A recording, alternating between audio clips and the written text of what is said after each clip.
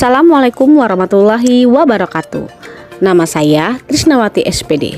Saya berasal dari SMP Perintis 2 Bandar Lampung. Pada kesempatan kali ini, saya akan melakukan aksi nyata pada topik kurikulum merdeka, yaitu menyebarkan pemahaman tentang mengapa kurikulum perlu berubah. Salam Bapak Ibu Guru. Kali ini saya bersama dengan siswa kelas 7 di SMP Perintis 2 tahun ajaran ini. Ya, di sini ada Bilkis. Bilkis, sebetulnya mau tanya dong. Bilkis tahu nggak sih kurikulum apa yang digunakan saat ini di proses pembelajaran di kelas 7? Tahu kurikulum merdeka? Ya, benar, kurikulum merdeka. Kalau kurikulum yang sebelumnya, kurikulum apa? Kurikulum K13. Ya, K13 waktu di SD ya. Kenapa sih Ibu kurikulum itu berubah-ubah? Padahal kami dulu K13 saja belum terlalu memahami. Ya, berubah-ubah terus Mak ya, sudah dari K13, kemudian sekarang kurikulum merdeka. Ya, benar.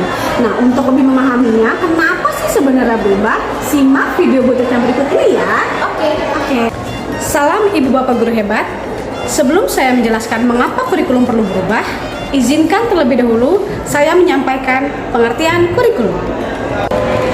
Kurikulum adalah seperangkat rencana dan pengaturan mengenai jumlah, isi, dan bahan pelajaran, serta cara yang digunakan sebagai pedoman penyelenggaraan kegiatan pembelajaran untuk mencapai tujuan pendidikan tertentu.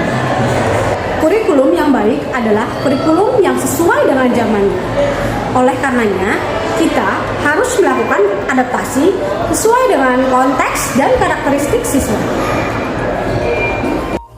Seperti yang dinyatakan oleh Ki Hajar Dewantara, bahwa pendidikan adalah menuntun segala kekuatan kodrat yang ada pada anak-anak, agar mereka dapat mencapai keselamatan dan kebahagiaan yang setinggi-tingginya, baik sebagai manusia maupun anggota masyarakat. Mengapa kurikulum perlu berubah? Alasannya yaitu, pertama, agar relevan dengan perkembangan zaman. Saat ini, kemajuan teknologi membuat pengetahuan dapat diakses tanpa batas, membuat peserta didik memiliki banyak cara dalam belajar. Sehingga, sebagai pendidik, kita harus melek teknologi dan meningkatkan kompetensi kita. Kita juga harus mewujudkan pembelajaran yang relevan dan kontekstual dengan kehidupan peserta didik saat ini. Alasan yang kedua yaitu agar dapat memenuhi kebutuhan murid. Saat ini, kualitas literasi dan numerasi, kesehatan mental dan sosial emosional peserta didik merupakan prasyarat yang diperlukan peserta didik. Sebagai guru, kita juga harus mempersiapkan kompetensi apa yang dibutuhkan peserta didik saat ini dan di masa yang akan datang, baik dalam lingkup lokal dan nasional maupun global.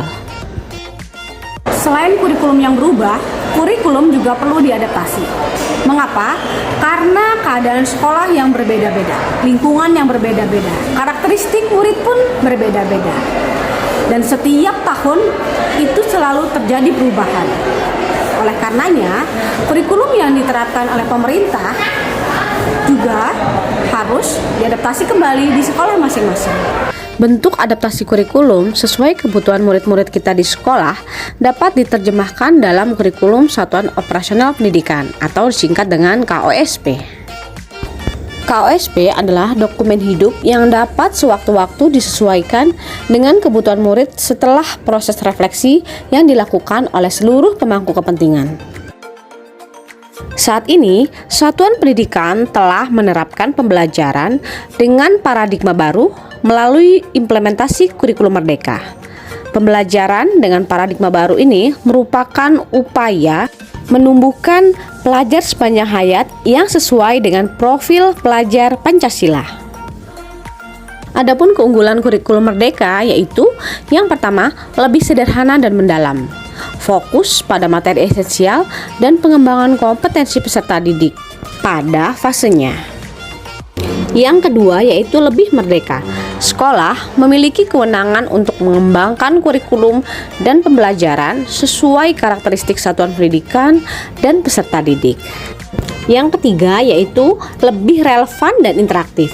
Pembelajaran melalui kegiatan proyek memberikan kesempatan lebih luas kepada peserta didik untuk secara aktif mengeksplorasi isu-isu aktual, misalnya isu lingkungan dan lainnya, untuk mendukung pengembangan karakter dan kompetensi profil pelajar Pancasila. Terima kasih sudah menonton video ini. Jangan lupa untuk memberikan saran dan kritik melalui kolom komentar. Sampai jumpa di video berikutnya.